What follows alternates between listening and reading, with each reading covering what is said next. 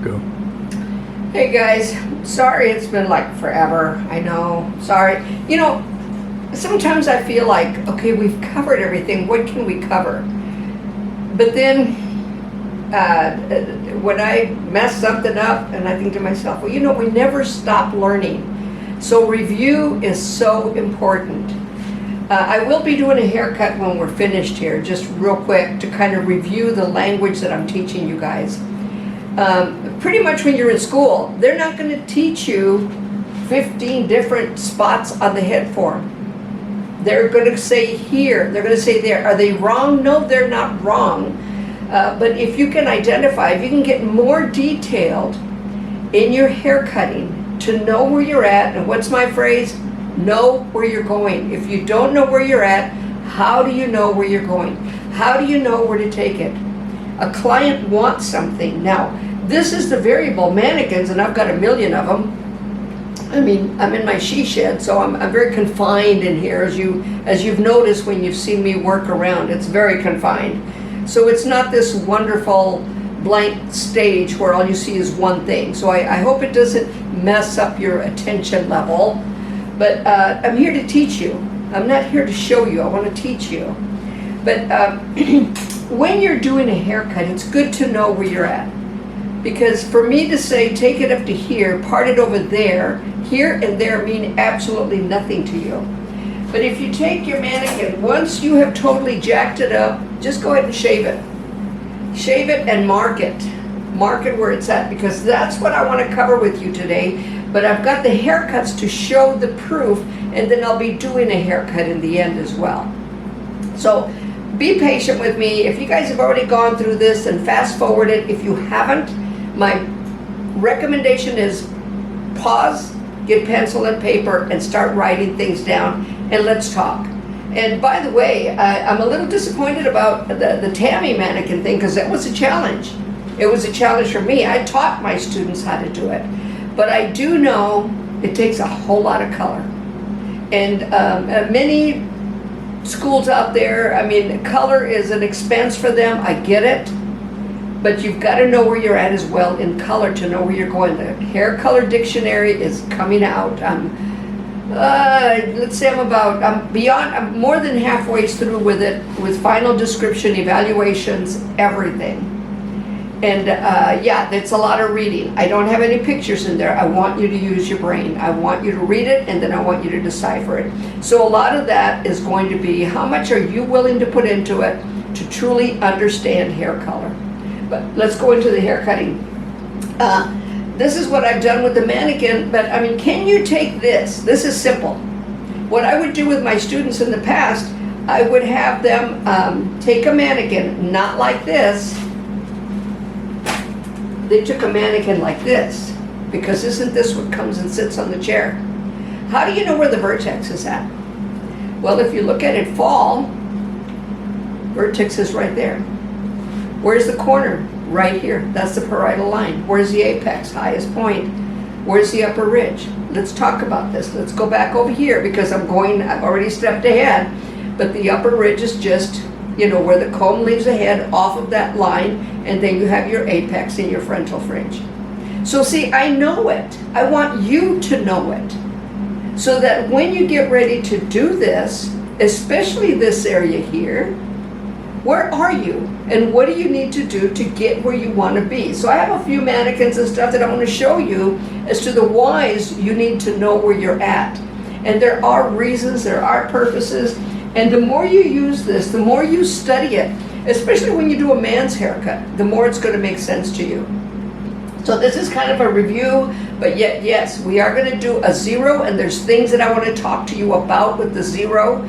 I will be doing another video with the 180 and talking about the 180. Now, you've heard about the protractor. It's right here. I'm going to darken it for you a little bit. And that's point of origin in the protractor. So I kind of drew in a head form here. How do you know where you're at on that? What is really a 90 degree on that? You know, what angle are we really at on that rounded head form? How perfect do we have to be from right to left?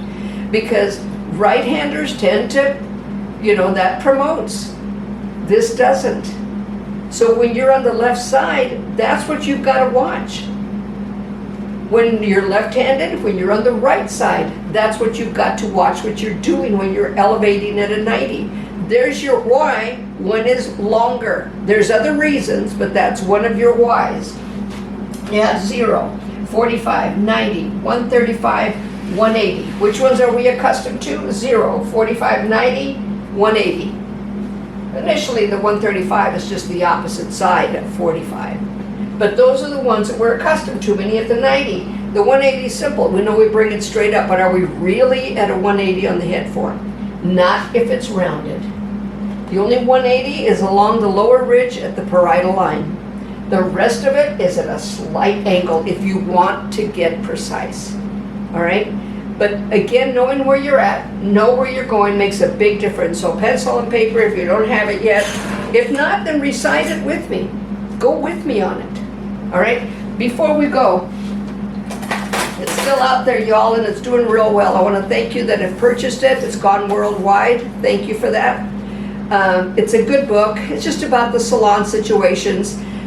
The dictionary should do a lot more for you guys. This is more just general reading, stories, some romance, some kind of sad stuff, but and conflict in the salon, and you know, how do you handle a client? One of the chapters in there is pickier than a prickly pear, and only a hairstylist would really understand that.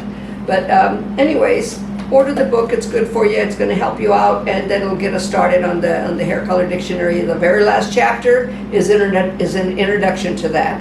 The hair color dictionary takes every bit of that and totally breaks it down. All right. So, anyways, so let's talk about this a little bit. How do we draw a head form?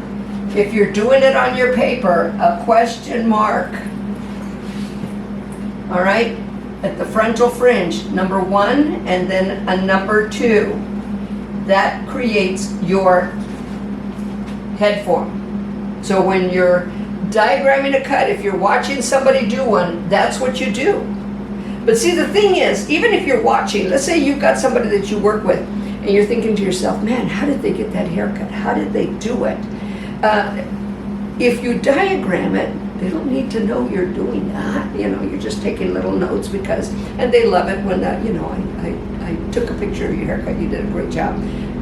Sometimes they'll actually turn around and tell you how they did it. Sometimes they won't, because it's competition in the salon, you know. They come to you for a reason, because you do it the way they want it. But if you know where you're at, you know where you're going. Okay, so diagram it. The very first one is the apex, number 1. The apex is the highest point on the head form. I'm going to bring this out. Highest point on the head form. Kind of like a goose egg shape. All right. Number 2 is the frontal fringe. Here you go. Right there. Frontal fringe. It's within the upper ridge, but it's up at the frontal area. Now a clue here is, many people when they're doing their bangs at home, they're going to do a rectangular parting and they've always got those little hairs sticking up. But if they pie shape it and you do it in the salon and they wonder, how does she trim my bangs so that they don't do that? They don't need to know that. That's your secret. Unless you want to share it with them, that's up to you. Because many times your clients will do their hair at home and then come back for you to fix it, or you know, maybe they'll touch it up. So I guess you can kind of show them now. The thing is, you don't cut it horizontally, because that's Dora. All right, you're not going to bring it down, cut it horizontally. You're not going to bring it out, cut it horizontally. You're going to take it, you're going to comb it, bring it straight out to the face. Your nose is your guide, and then you're going to cut it vertically. It's going to automatically travel down, kind of cup around the face. The reason for that, here's your why. When hair travels, it becomes longer. This would be your shortest point. This would be your longer point. It traveled. All right? That's a clue for you to know. When hair travels, it does what? It becomes longer. All right, so we've got number 2 done. Frontal fringe bang, the crown. The crown is really very important too.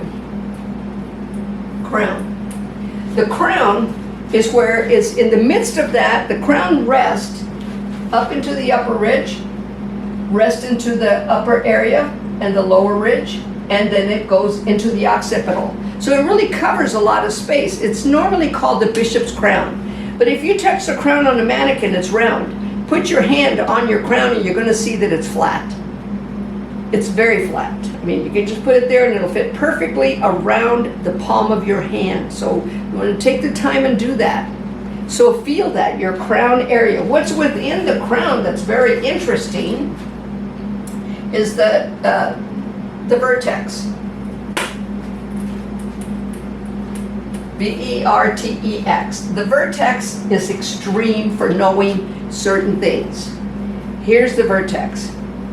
And I'm going to show you something in just a few minutes. If you know exactly where that upper ridge is at, if you know exactly where that vertex is at, there's going to be a certain haircut that you can do without measuring. You just know it because what?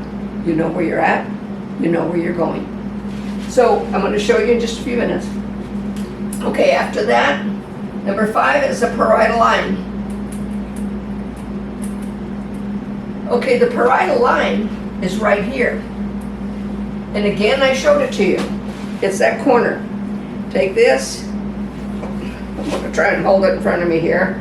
That point, this point here, travel straight down. That's your parietal line.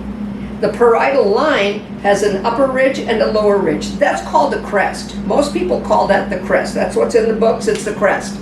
However, if you tell, if you have a client and you take it up to the crest,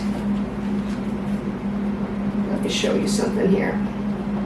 All right, here's the crest right here. See where the comb leaves the head? Now we know we travel down into the occipital here, but if we didn't know that, how much higher would we take this side than this side? Okay, this is I'm going to be showing you something here in a minute. This is just a little bit longer. It was deliberately left like that, but I would definitely remove this corner if I was blending both, because this is a skin fade, this is just a regular taper. All right? So knowing where that crest is at, or that upper and lower ridge is at, is extremely important for you to be able to succeed as far as you then work up a little bit more confidence when you're doing a haircut. And the main thing to do is, hey you guys, you can order mannequins on there's places, I saw one today for $12 and I almost bought it, but I've only got, like I said, 5 million mannequins. I don't need another one. But if you don't have a mannequin, I strongly recommend that you get one. I'm sure that you guys are familiar with Timu, and they have really good pricing. Amazon has good pricing. You're going to cut it up anyways, aren't you? So, and your shears too, by the way. Amazing deals. Okay, and they don't pay me for this, by the way. That's just, I personally do it, and I'm not promoting them because I'm promoting them. I'm promoting them because I buy from them, so it's not a big deal. I don't get anything. Okay, so we've got the upper ridge, which is above the parietal line, extended from, right there, and the lower ridge.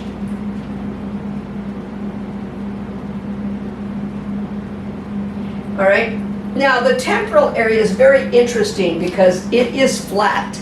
We call it, I've settled in, I used to call it the flat part of the head, but people look at me like, well, that's the temporal area. Okay, blind, tunnel vision, but it's flat. Bottom line is flat. Do you realize that at the temporal area throughout the entire head, that's where you have the least amount of hair? And where do they want volume? Where do they want that little fringe to just come in? Where do the guys, by the way, I'm going to share something with you, want to take in just right so they can comb it back or whatever? Okay, on a person, it's not a mannequin, on a person, and I'm going to be discussing this further in a minute. You have something right here. Oh, that's what I forgot to put on there, right? Well, in the vertex, that's where it's at. But it's at the vertex. Anyways, one side grows forward, one side grows back. And on a guy, if it grows forward, it's gonna, you're gonna have a variable, because if you cut it too short, it's gonna bubble out. If it grows forward in the extreme, you better know how to use your texture shear to clean that up, to make it just kind of soften a little bit And if you're any good with a razor, sometimes a little bit of razor work with a downstroke, not a vertical stroke, a downstroke helps out. But the way the hair grows is also a factor when you're cutting. So when you're doing a fade, yeah, one's going to look real clean, the other one's going to show that hard line, and that's because it's growing forward. Where it goes back, no problem. Where it grows forward, yes, we have to think about it. So know about the upper ridge and the lower ridge. Know about where that's at. The temporal or flat area, like I said, that's got the least amount of hair. And it is flat. Put your hand on the side of your head. It's just as flat as your crown. And as we travel, as you do that, there's so many variables right here. It just depends on what people want. You know, how do you determine that? But know that that is flat. So what do you need to do to expand it? What do you need to do to bring it down? And that comes back to the hair cutting lessons that we're going to be doing in the future. All right, the vertical crest.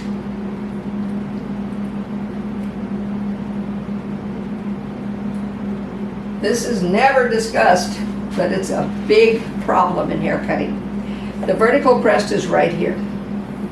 That's the area, if you put your hand on your head, that curves around, and the very middle of that is that vertical crest. The vertical crest has a forward and a back. Just like this temporal, there's parietal crest line that they call. This is the vertical crest. This is the line that you're going to go back to when you do a zero. You're not going to, and if it's uneven, you look at it, you put the hair down, it's not even, don't cut in the front. Go back to the vertical crest and you're going to find a corner. Your why on that I've discussed earlier. Right-handed, left-handed. All right? So understand that when we travel, look at my hand. It automatically does it. I'm right-handed, but what? I give it up to the left. So bring that elbow down and you're straight across. But are you going to be doing that all the way? No, just go back and check it. That's all you got to do. And then you put it back up to the client and you go, just like a miracle, isn't it? They're going to be amazed that you found it. That you're not just cutting, because if you cut, guaranteed you're going to be cutting the other side, and what's going to happen? They didn't want it that short. All right? So give them what they want. Okay, the occipital, that's where the major part of the hair is at.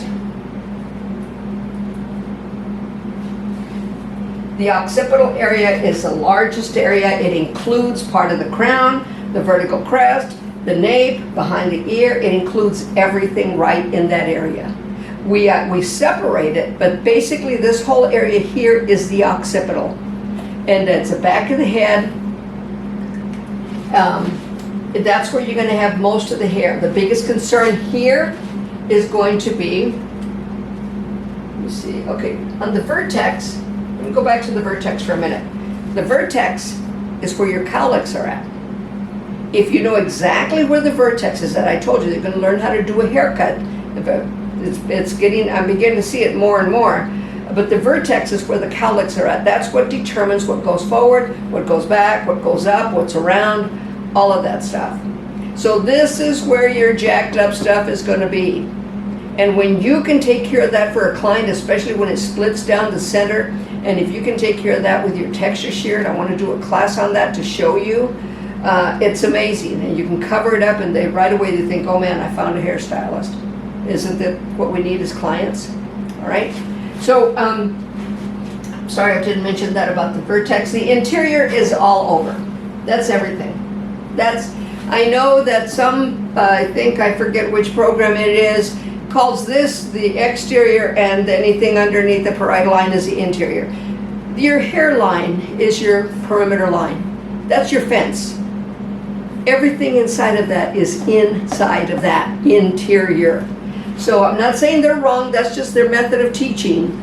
But, it makes you think about it. The good part is it does make you think about where you're at, but it doesn't identify more. All right? So the interior. I'm just going to put a line under that, and then we're going to go into the nape. Here's the nape. The nape, if you put your finger here, I have shown this before, put your finger right there, bring the elbow up, don't direct it, just let it slide down, it'll end up on your knowledge bone. That is how we get this nice fade. Look at that nape line. You see what I'm saying? I'm not even looking at it, and yet it's going right to it. All right, know where your nape line is at. The problem with the nape line, especially with fades or short, guys that want really short hair, on each side of that, the area behind the ear, which is what we've called behind the ear, number 13, behind the ear, cowlicks. It's either going to grow to the center, or it's going to grow, one side's going to grow to the center, the other side's going to grow over, or they're both going to grow to the center. I had a client the other day that it was extreme on how they both grew to the center, almost straight up. So she, every time that she would try to bring her hair down, it would just pop out, and she hated it. So I went in and just kind of cleaned that up and cleaned that up into the hairline, and then used a little bit of a texture shear to kind of soften that down a bit. And you know, she was happy with it, but some things are not under your control. Some things you have to say, it's your hair. This is how your hair grows. How much time do I have, cameraman? 10 minutes. Oh, I have 10 minutes, we're good. All right, then we have the perimeter line. Okay, I just said that. That's your hairline, that's your perimeter line, that's your fence. Because if you bring it forward, now here, if we just call this above here the exterior and this the interior, what's gonna happen when we do a face frame? Okay, but if you know that this is your perimeter line and you're gonna bring it forward along the perimeter line, there's no more guessing, wondering, okay, what part do I bring over? This is your perimeter line, your hairline. The perimeter, the rounded part, the vents, all right? And I talked about the tragus already. Oh no, the tragus, I'm sorry, the tragus is the ear. I better mark this mannequin right here. This is a point of measure. The tragus on your ear is that nodule that you feel right in your ear. It just kind of comes out a little bit right there. Okay, that's a point of measure for sideburns. Your whole ear is a point of measure for sideburns. I've shared that with you in the past. So, you know, you can use any part of it like that. You just go to the other side, just remember what you did. Okay, the tragus is marked right there. But know that. Now, another factor would be face shapes, you know, do they have straight eyes? How do we determine whether we're going to bring it forward, whether we're going to bring it back? Now, this is what I wanted to show you. I was telling you about the upper ridge. I was telling you about the tragus. I was telling you about the area behind the ear. This is where you can just go in, because if we know that that's the upper ridge, you see that's where the comb, there's the parietal line, the comb leaves the head, that's the upper ridge, there's the tragus. Bring it straight down to the center occipital, to the area behind the ear, and what have you got? You got your mohawk. I kind of gelled it so it's got a little blue on it and stuff, but I couldn't get it to stand up. But you can see that. So when you do that with a client, and you're not standing there looking in the mirror, measuring here, measuring there, and then you just kind of clean it up. Now, how do you do the front? Well, they have eyes, don't they? Or they have an eyebrow. Look for a point of measure for that center, and of course your nose. Is it a finger length? Is it just a little nodule length? What is it? So what did you determine there so that you can get this side exactly the same and then follow your line? And later on I'm going to be doing that. On the fade, later on I'm going to be doing another clipper cutting class where you take it, how to do the stroke. How do you make it look so that you can't see any type of a line right there where it's just a blend, and there's ways that you do that. So how do you take this and know exactly where to start that A-line cut at the center back, all right? And then you've got the other sides. We're going to over direct. This one wanted it just all one length, kind of a bob-like, a lot of lift in the back. This one came and she told me, she said, I really like it like with the layers, but with the A-line, I want it a little bit higher. Do you see how I went to the center occipital? All right? If I told you just to go here, go take it to the middle right there. That doesn't give you enough information. By the way, the center occipital, if you look at the tip of the ear, is right there. That's your center occipital, tip of the ear. Do you see what I'm saying? Here and there is not enough. Know where you're at, know where you're going. So when you're going to do a zero, and I'm going to do this mannequin, if they have really long hair, for goodness sake, have them stand up. part it off at the parietal line. All right, I'm going to just part it off here at the parietal line. It's not going to be perfectly clean because I want to get this done for you before we just kind of finish up this. So you're going to part it off at the parietal line. Oh, good God. Let me get rid of this call, okay? I'm sorry, you guys. Do you have a cell phone too? Do you? Oh, it's my daughter. Should I tell her? Yeah, hang on. I'm doing a video. I'll call you right back. Love you more. Bye. See how quick that was? Okay, anyways, see, we're family here. I'm not here to impress you. I'm here to teach you guys. So let's just get on the other side of that, all right? Oh my God, she answered her phone. Yeah, I know. Okay, no, just put that one up there. So what you want to do, you want them to stand up. Okay, so she's standing up. And then you want them, you're going to part it off at the parietal line. You're going to part it off at the center occipital, which is what? The tip of the ear. You already know that. And then just to make it a little bit more clear, I'm going to part it off again at the nape line. Now let me ask you something. On doing a 0, how many of you do 4 quadrants? It's not wrong. If you understand the cut, it's not wrong. All right, so I'm going to take her, I'm just going to cut her dry because I want to get on with this. And I've already shown you how to hold a shear. Practice this, please. Practice this. Primary, secondary, extended. None of this palm up, palm down stuff. I mean, if you want to do that, that's fine. That's not, it's what makes you learn. All right, so I'm going to take it at the very center occiput, very center nape, and that's between the area behind the ear. I want to take it totally straight across. Cut.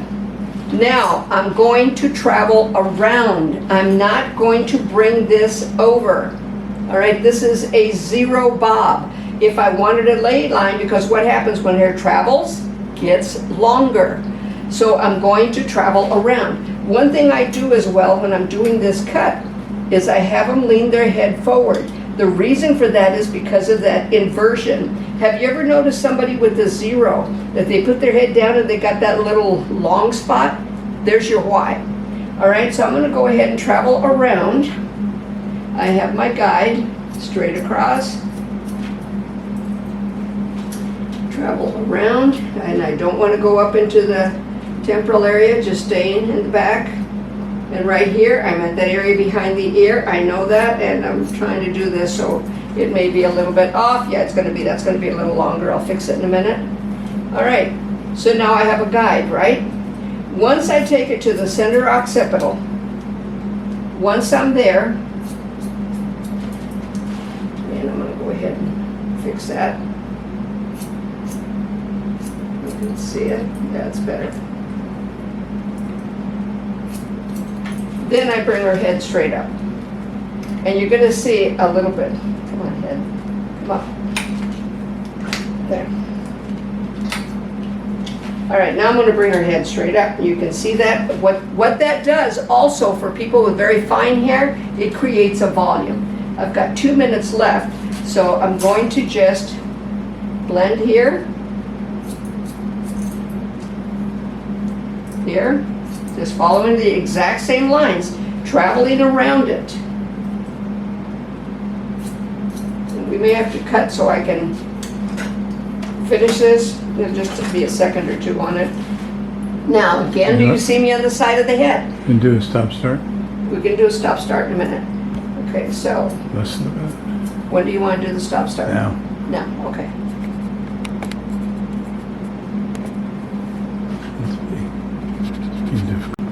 Okay.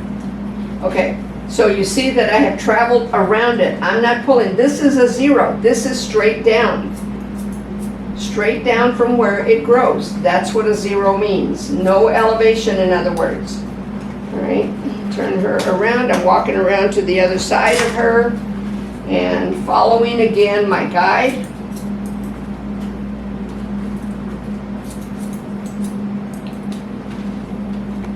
I already know this side's going to be longer. I can see it. See, that's right to left. Let's get rid of that. Let's get rid of that. Okay, now, center part, bring it down. And if she has a side part, then do her side part. Ask before you start cutting. You know, do you want to keep your side part? Do you want to have it a little bit layered on one side? Because if I part it down the center, it will be slightly layered on the one side. Okay, let me take a look at this pretty quick. Oh, you know what? I'm not too far off. Okay, good. Okay, so now I just let it fall on its natural fall. Very little tension, just hold it, and just following my guide, not doing anything else. And now, when this hair travels over, it's going to create a slight length in there because it traveled. And if you bring it forward to cut it, you're going to create a slight layering. Okay. Now over. So see what I mean about knowing where you're at? If you know where you're at, you know where you're going, and you're going to cut the same way. That's not going to change. Yeah, I think that side is still just a scotch longer. I can't really see it. But I'm going to check it, and I'm going to show you how to check it. And it will tell me full show. There. All right, so parted it off at the parietal line, center occipital. Here, Nellie, let me see you. Actually, it's pretty even, isn't it? It's pretty even, isn't it? Yeah, I impress myself sometimes. Now, let me show you something. Remember when we were talking about when hair travels? You see where that's a little bit longer? Now, if we take this corner off, I'm just going to point cut it. It's going to create just a softening, a slight layering into it.